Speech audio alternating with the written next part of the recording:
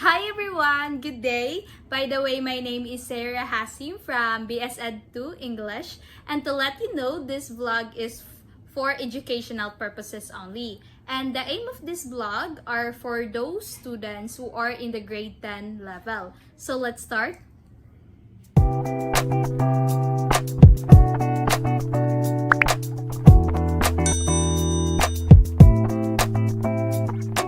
So the lessons that we have tackled is all about key terms and concept and managing and implementing standard-based grammar teaching.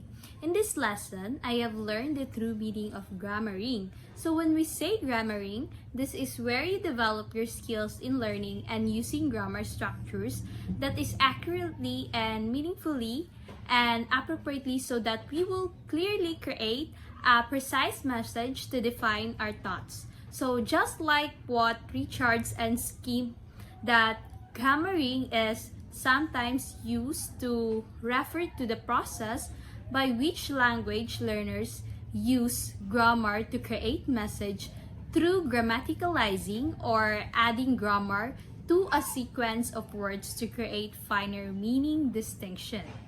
So it stated that it refers to the process. So it means that grammaring is a process enabled for us to create a finer meaning, and when we mean process, it has many steps to undergo to create a fine message. And me myself find it hard, but I will not give up in understanding what grammar is all about. So next is grammaticalizing. So when we say grammaticalization, it is also a process in which a single word or other lexical word that can stand alone during the construction of sentence. So it's like the concept of Clyde, which is a process of cycle where it has the potential to change from lexical to a noun, to relational phrase, to adverb and preposition, and perhaps even to a case affix. For example, noun to adjective. So the word boy is a noun, right? So when we add ish to the word boy, it would become boyish.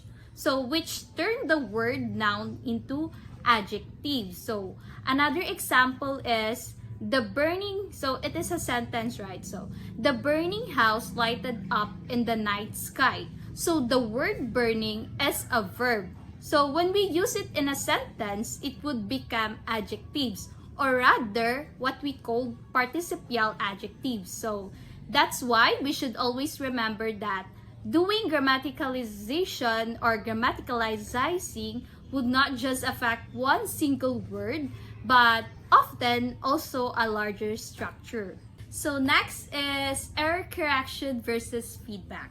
So it is one of the great assessment in terms of assessing our students' performance. That's what I have learned during our lessons or the given materials that I have read.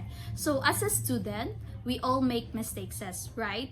So mistakes and incorrectness is one of the students' behavior when doing their performances in school or other things that they are doing outside or inside their house or school. So there are actually several ways in assessing the students' performance when pointing out their errors. So teacher can also give feedback to their students, especially during oral work. Students who have the minimum accuracy and influency might help them to improve their use of English language. People often say that teachers correct their students, which will make them demotivate. Yes, there could be some instances that some students think that they are failure, they don't deserve this, but for me, I would make it into a motivation for me to strive hard in my studies. So that is a right time and a right moment to judge and correct it. So I also believe that teachers are not bad because they know a way, or rather techniques or methods that they would make their error correction and feedback more effective to their students. Next is the spoken versus written grammar, which is the spoken grammar is less strict than written grammar, because when spoken grammar can be more effective when communicating to someone, right? Sharing of ideas and understanding of what people do really understand each other. I know that there are some words that are commonly used, but despite of that, we should also know that it is very important. It has a lot of use aside from its function. Unlike the written grammar, it is well structured and limited only. But when it is spoken, it looks good and fine to hear. Also, we should know that every spoken grammar is different from other countries, such as the German English and American English. Next is second to the last, which is grammatical assessment. So it is very important for us, or essential to us, to know what is grammatical assessment is all about. So for me, based on what I have understand, it is where student and teacher must know and apply in their life. Providing the students with the correct grammar and function further explains would test the students' strengths and weaknesses in their performances. And using authentic assessments to determine the students' understanding of grammatical rules, this is also a way for the teacher to know the conditions of their students, and also this is where they decide to give comments or feedbacks to their students. So the last is pedagogical issues. This is where it has many issues regarding one's teaching capabilities and how it affects the student's development.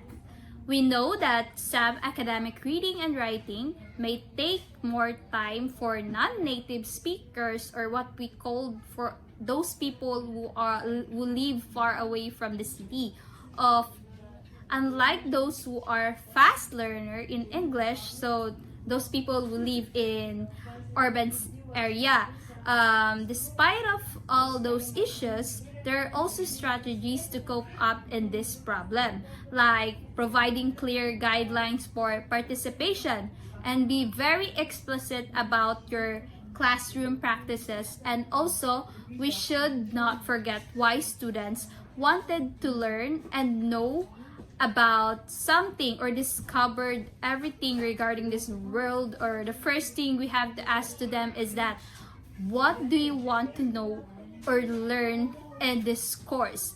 And that is where you set your goals and make preparation to make it more achievable and effective. To put everything into a nutshell, the lessons that I have learned is that grammaring takes a lot of process to make our own precise message.